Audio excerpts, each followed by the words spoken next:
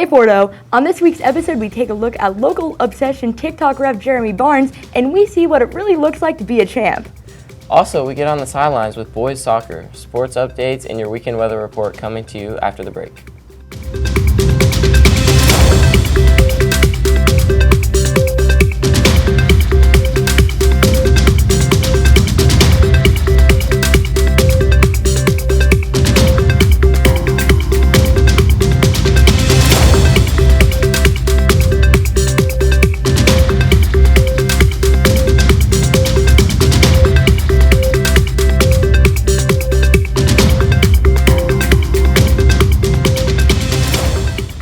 Hey Fordo, welcome back to Tribal Review. I'm Malia Arnold. And I'm Connor Barlow. Today is Friday, October 17th, 2025, and here's what you need to know at Fordo.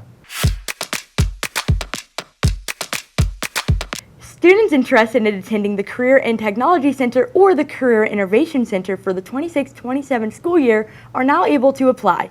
There are over 17 programs that you can take advantage of, and you can fill out the application by scanning the QR code on your screen. Now to our Friday forecast. Hey Braden, how is the weather shaping up for this weekend? Hey guys, it looks like there's some warm days ahead. I am Braden Eisen, and this is your Friday forecast. So on Friday, it looks like there's going to be a high of 84 and a low of 62 with some thunderstorms later in the night. And then on Saturday, those thunderstorms continue into the morning.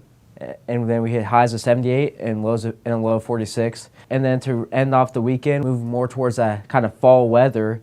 On Sunday, high of 66, low of 48. And on Monday, we finish it off with a high of 77 and a low of 50.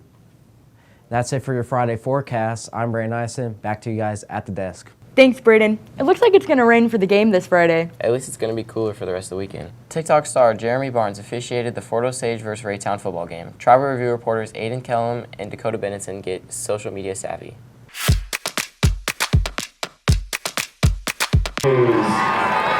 Raytown is a proud member of the Missouri State High School activity. On October 10, 2025, the Fort Osage Indians football team traveled to Raytown High School and beat the Blue Jays 36-28. In attendance was Mitchell official Jeremy Barnes, who is a social media personality. Barnes has over 500,000 followers between Instagram and TikTok, where he posts content of him reffing games. Oh, it's been good, bro. Honestly, going out different places, I'm still like, it's crazy. I'll go to Chipotle and people recognize me outside of my referee uniform. So, I mean, it's a big blessing. I'm hoping that people are, I'm good. It's good that they're seeing me, but I'm hoping that they're getting the message as well. So it's been super fun. It makes Friday nights. Friday nights are always interesting in itself, but it's still more interesting because now I'll sometimes get chants for my names from the student sections, or I'll have players and coaches come up to me, parents come up to me. So it's been a big blessing. Barnes is grateful for the fan base, but hopes that it inspires others to officiate. His wife, Madison Barnes, was also in attendance. She is the editor and filmer for Jeremy's content.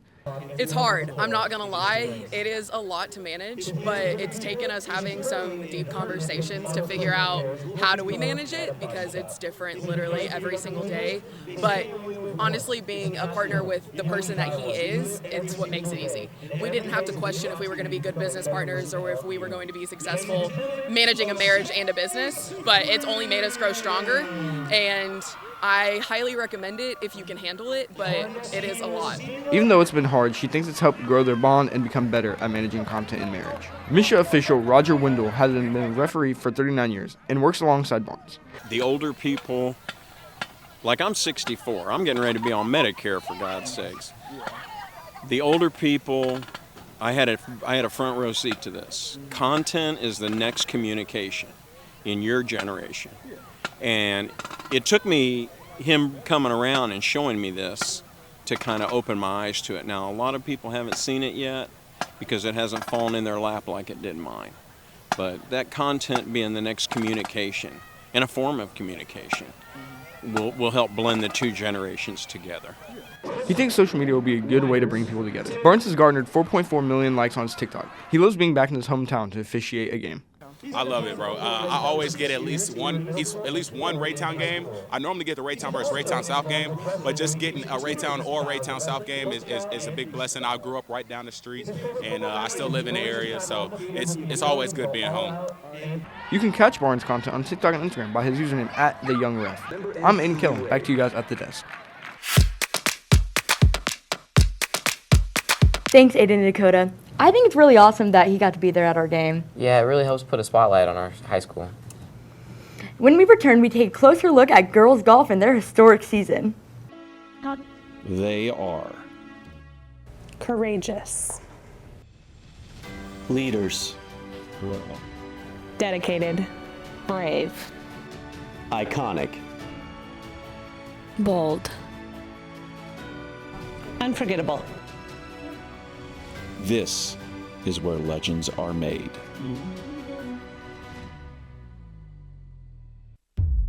Rudy Bear's Brazilian Jiu-Jitsu and MMA is located in the heart of Westport at 4030 Broadway Boulevard. Bear's Gym offers a multitude of classes ranging from MMA and wrestling to kids classes starting at 4 years old, where they cultivate the next generation of martial arts. Classes are available Monday through Sunday starting as early as 6 a.m. ending at 8:30 p.m. Your first class is free, so why not come try out here at Rudy Bear's Brazilian Jiu-Jitsu and MMA. Come train with the black belt himself, Rudy Bears, and come get some jiu-jitsu.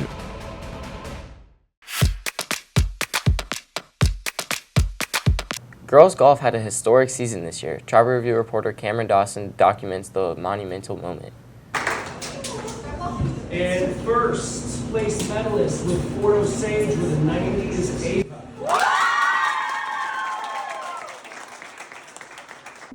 The girls' golf team won conference for the first time in school history.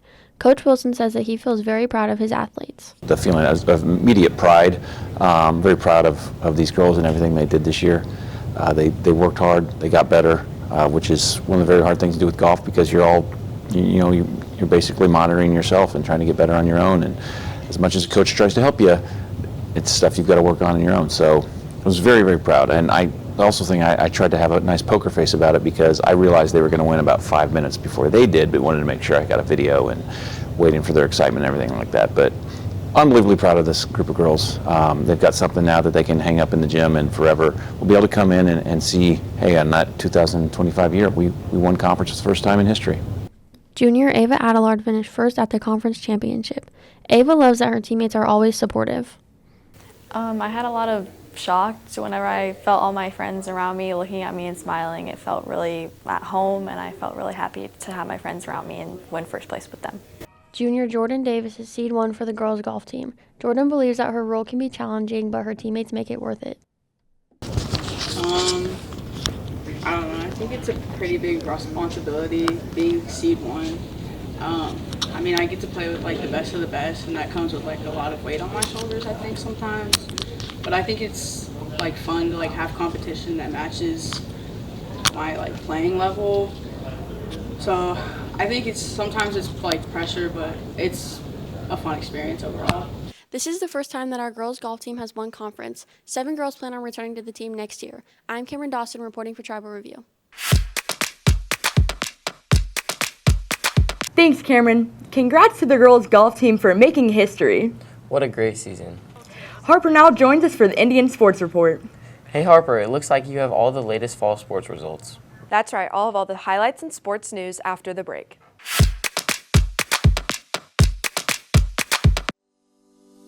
Fort Osage's Parent Education Program helps to establish positive partnerships between home, school, and the community, and plays a vital role in supporting families and children from the very beginning towards school readiness. A trained parent educator provides personal visits with families to promote early learning, knowledge, and understanding of important developmental milestones. Periodic screenings increase parents' understanding of their children's developmental progress, as well as inform them of any possible delays. Early intervention for identified concerns help improve school readiness for young children. This program is a free program offered by the Fort Osage School District. Requirements are: families must reside in the Fort Osage School District, and families must be expecting a child or have 1 or more children under the age of 5. If you or anyone you know are interested, please call 816-650-7490 to enroll today. What's up, Fordo? I'm Harper Allen, and here's this week's Indian Sports Report. The softball team took on Blue Spring South Thursday, October 9th at home, but fell to the Jags 4-12. Monday, October 13th, they traveled to Park Hill for their last regular season game. They fell to the Trojans 0-4. Monday, October 13th, the men's soccer team traveled to Truman and defeated the Patriots 3-2.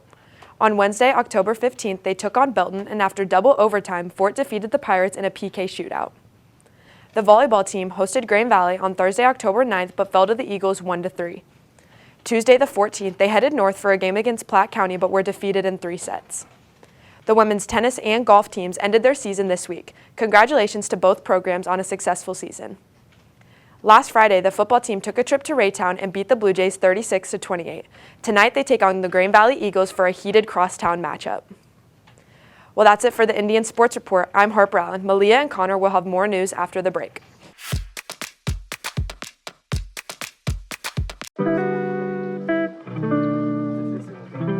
Tammy Sue's is a community-based upcycle mercantile shop on 309 South Hudson Street, Buckner, Missouri. This is the perfect community-based place to get all the decor and accessories you could ever want. Tammy Sue's has a wide variety of items for yourself, home, gifts, and others. Tammy Sue's includes soaps, earrings, outside decor, inside decor, flowers, and much more. All these unique items come at an affordable price just for you. Tammy Sue's also offers a variety of make and take classes. Come to Tammy Sue's Upcycle Mercantile, where new meets old. Come shop today. Welcome back to Tribal Review. The boys soccer team is racing towards the conference championship. Tribal Review reporters Matthew Soul and Nick Cornejo chronicle how they have come together as a team this season. This year, boys soccer looks to hoist a conference title. Earlier in the season, I got an insight on the behind the scenes. Because that's what you do conditioning for, that's what you work hard for, and it's for those moments like that. What steps do you think there's left to take the conference this year? So we just need to make sure that we show up every single game and take it as serious as possible. We've got the players that can win it. We just have to show up mentally and do what we're supposed to do. But we just need to keep being focused, keep playing with intensity, and there's no reason why we shouldn't be able to win it this year. I think this year's chemistry, now that most of us are juniors and seniors, we've been playing with each other for the past three years. So we know each other and how to play with each other. We just need to always focus on what we do best. That's the one thing that I always tell them at the beginning of the games. It's not about the other teams. I don't scout the other teams. I don't watch them. I don't know their players. It's about us. If we play the game the way we train to play the game, we are very successful. And so I just got to keep them focused on let's do our thing the way we're supposed to do it. The pressure's kind of gone, but I still feel it every day because I want myself and my team to succeed. So, and how do you think big wins, obviously you guys have 3 big wins, like Platte County, Grand Valley, Truman. How does that affect the team, as a whole? Oh, it makes it a lot more fun, right? Last year we lost 2 of those games, the first Platte County game and the Grand Valley game. We lost those, and we win one of those games, we're conference champions last year. And so it's a lot more fun when you're winning the games, and it makes the drudge of practice a lot more fun and a lot more exciting. I think from here the momentum is just going to keep going, and beating Truman really helped us with our conference run, and I feel like if we could just take that into Belton and into the rest of our games, I feel like we can end the season off strong and hopefully win a conference title. I feel like that's really good for us. I think that'll make us stronger because we know how to play the game, and as long as we just play comfortable and smart, we should just keep on going farther to conference. Fort Osage ends their season October 27th, facing off at home against Platte County. Following that, they'll have districts starting November 1st. My name is Matthew Soul, and I'm reporting for Tribal Review. Thanks, Matthew and Nick. It's really great to be a part of the team. Yeah, Wednesday's matchup was really intense. Congratulations to the Fort Osage High School Red and White Brigade, who earned outstanding general effect in 2nd place in the silver class at the recent Lee Summit North competition. Campus Grounds, in partnership with Jeremy Blackman, First Class Real Estate, are hosting the Boot Bash on October 25th from 10 a.m. to 12:30 p.m. at Campus Grounds. Join the fun in trunk or treat, face paint, and games and more. Congratulations to the Fort Osage High School Speech and Debate team for their recent success at the Blue Springs South Tournament last weekend. Kendra Moore and Haley Snyder placed first in Chant Public Forum, and Stephen Matney and Lana Barnhill placed second in Policy Debate. As always, if you're looking for more news and information about Fort Osage High School, you can always find additional coverage at fohssignal.net. There you will find stories about the students and activities of our school. Check it out today.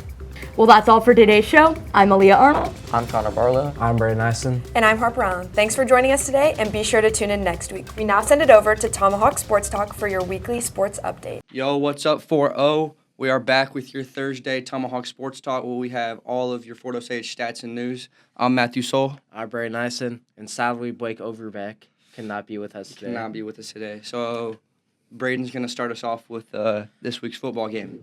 So this week's football game, football is now 4-3 on the season. So they played Raytown away last Friday. It was a close game, 36-28 victory.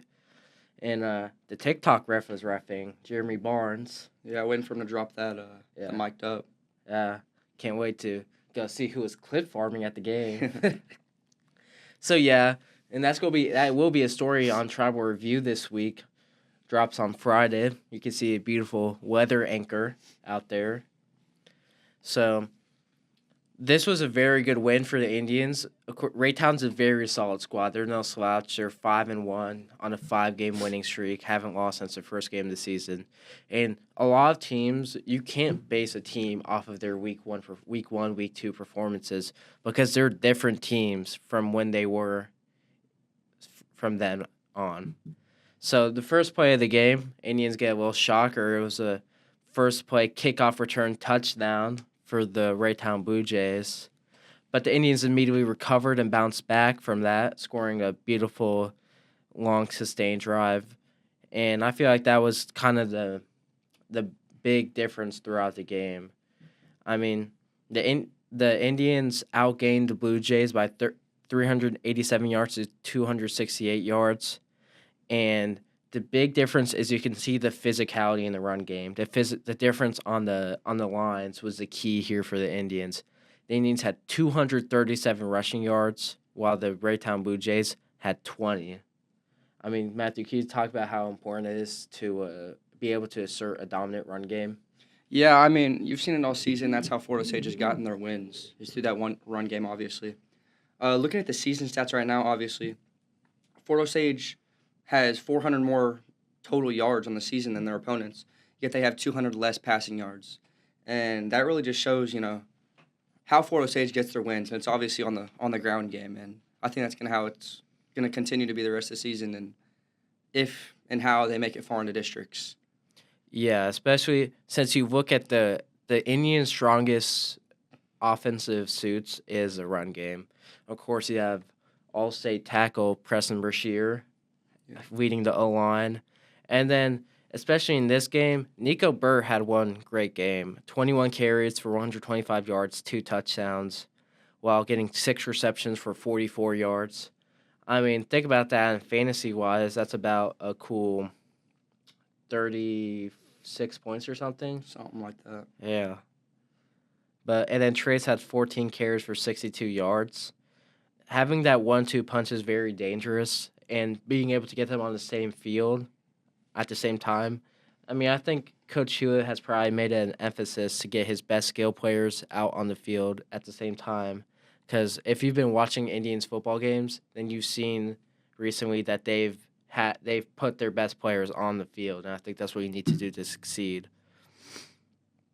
And like I was saying earlier, Raytown didn't have long sustained drives. You look at their drive chart, it was either punt, or 50-yard touchdown. And, of course, that shows there's some weaknesses in the Indians' defense. But obviously you can see that they're not going to let you just drive down the field. And I think that's great. That's a great mantra of a defense. Yeah, definitely. And so I'd say a defensive highlight would probably be freshman Maurice Whitley. He got his first interception on the first drive. I think that's a huge possession changer because the Raytown was already scored that long kickoff return. So if they get that, the Indians respond back, and then they throw a deep bomb to make it 14-7. I think that changes the tone of the game to more of a shootout, sort of, not being a game where I feel like the Indians controlled pretty handily. Yeah, it's just a great win to keep momentum rolling. And then for this next game, big home game for the Indians, Grand Valley. Yeah, we could see how that. Everybody looks forward to that game every year. Yeah. This year it was at Fort Osage, right? Yeah. Last year it was at Grand Valley, and that was we had a low scoring game last year, wasn't it? Yeah, it's 15-8. I mean, can you tell me how it feels to like play a rival school like that? Yeah, well, definitely seeing like baseball, like playing a rival school like that, it's always fun. I feel like it's always a closer game, even though if they're a better team, if you're a better team. Definitely with the football team too. You always know who's better, but it's always going to be a close game, and winning those games, really a momentum swinger. I think that could be for the football team. Obviously, saw last week, football team was pretty hype after that Raytown game, and I think if they could get a big win against Grand Valley here, it give them some good momentum going into late season, get a late season run going. Yeah, I mean, you see this game last year, of course, 15-8 dogfight. Yeah. It was a very just run-focused game last year. The ball was only passed 5 times by the Indians. Of course, it was freshman Luke Tucker at the helm running the offense. So, but Grand Valley this year, they're 5-2. Their only losses are to Kearney and Platte County, and those are 2 teams that Fort also lost to. So there's a little comparison there. I mean, these are 2 very similar teams from 2 very similar areas, except for Green Valley. So, yeah. Yeah, Grand Valley also played Raytown. What was the score of that game? 34-7, but that was, of course, week 1. Yeah, so hard to compare it there. Yeah. And they're very run-focused. That's really what they want to do. They want to pound that rock on you and try to control the game in that position.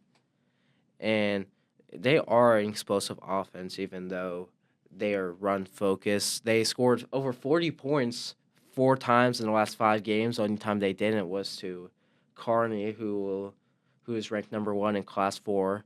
So it'll be an amazing game. This is a game that the stands will hopefully be packed for. So if you can, you should make it out to support the Indians, or you could watch our broadcast, KFOY Sports, on Huddle TV. Yeah. Moving on Moving on from that, I'm just going to list some season stats. 7 games through the season. Leading passer is Jonathan Ross. So far in the season, he has a 62% completion rate with 764 yards and an 8-3 touchdown interception ratio. So even though we're run heavy, you could see pass game isn't the worst. It's efficient, right? Yeah. Even though they're not passing a lot, but the pass game is efficient. Yeah, John Ross is a guy that definitely keeps the offense running. He encourages everyone there, and he's just a great guy. Yeah, looking at about over 10 yards per completion, so not too bad there.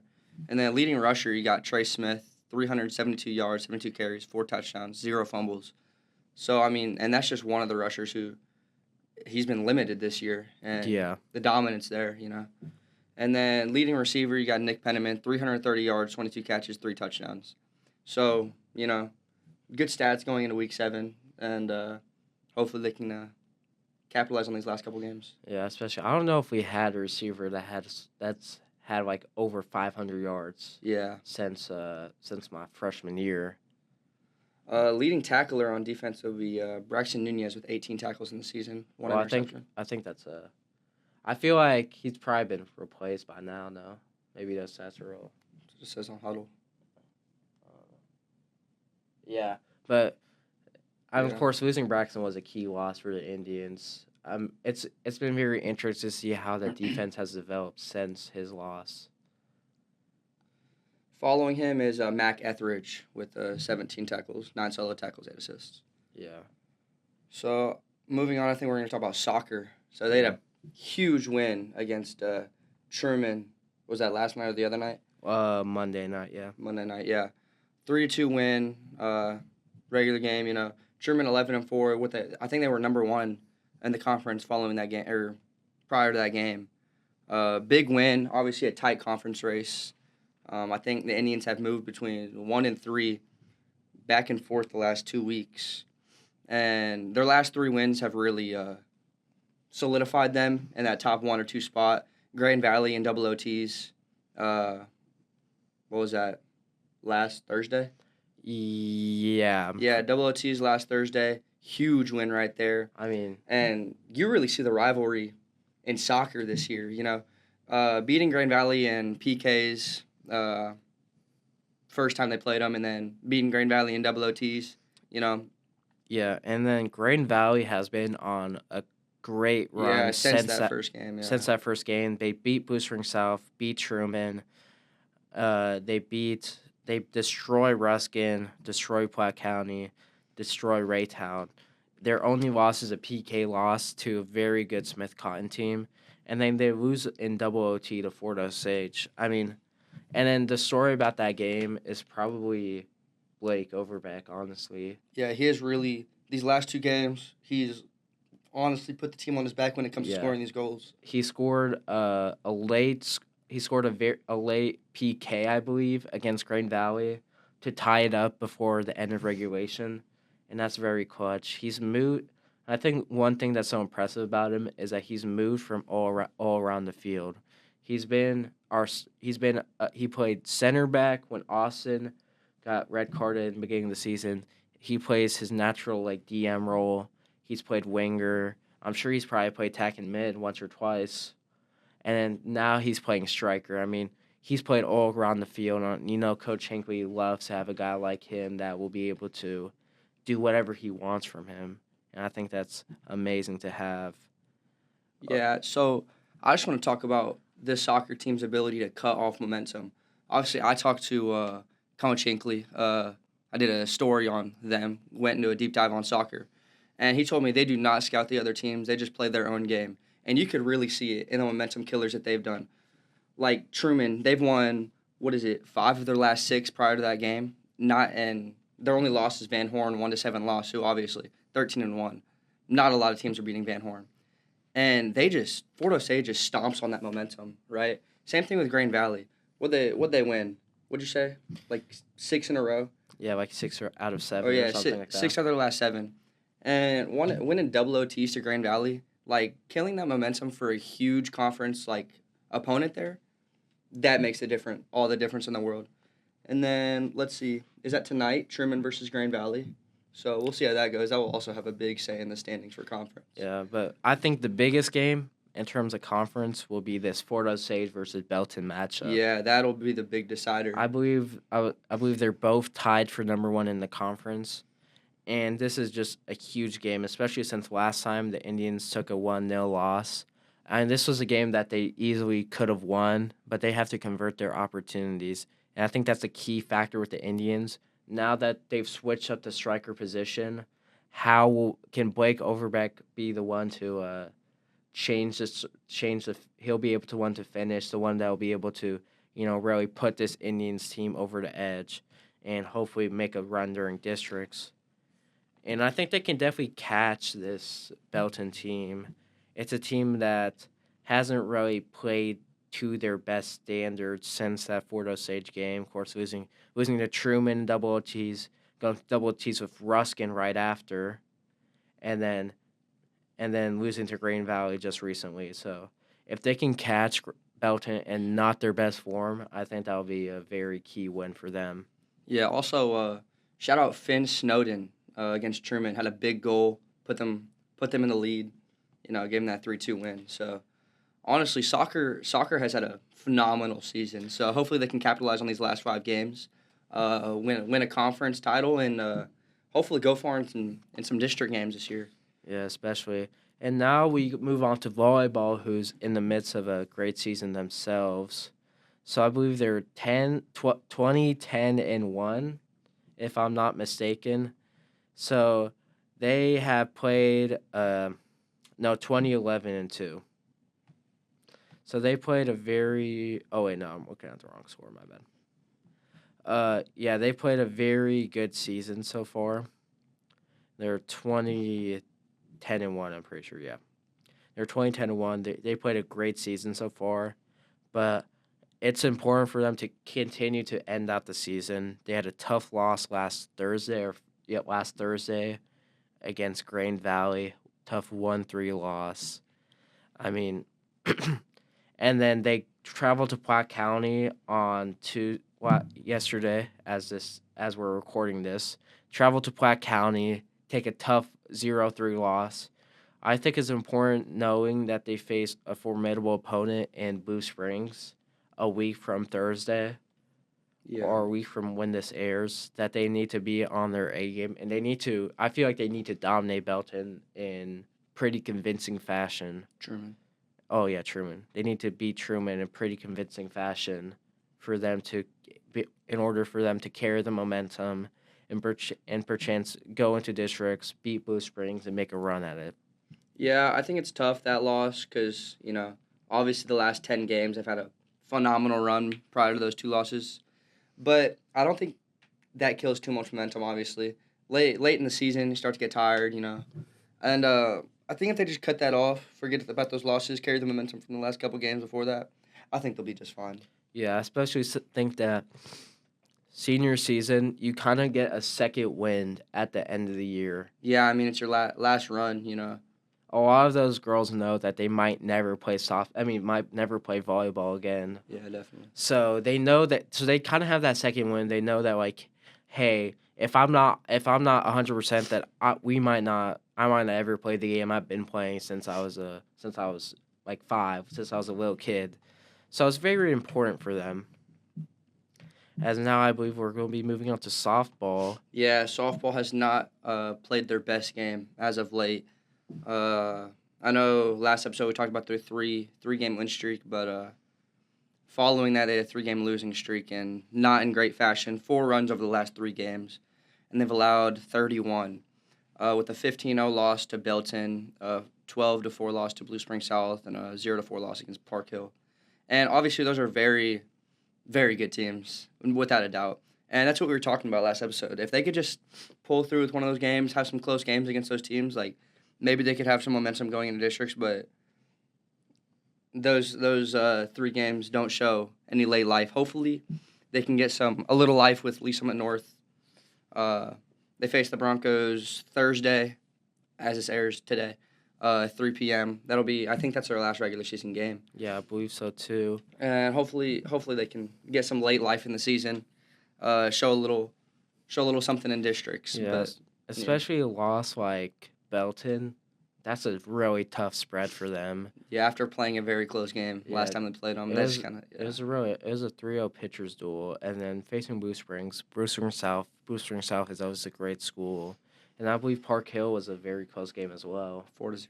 Yeah, that's a close game. I mean, but when your offense doesn't really support a great pitching, and I believe, like, the pitching for the Indians is not a problem. It hasn't been all season. I mean, obviously, there's been some big scoring games. I mean, Belton and Blue Springs, but, I mean, that happens. Yeah. But you can see throughout the season and looking like the ERAs, like, they've been fine. Yeah. It's just being able to get runners in position, not stranding runners. It's just about, like, making sure to do your fundamentals and stuff like that. Yeah, definitely. All right, I think that'll wrap it up. That is your Tomahawk Sports Talk. Make sure to tune in next week. My name is Matthew Soul. And I'm Brandon Eisen. And thank you for tuning in to Tribal Review.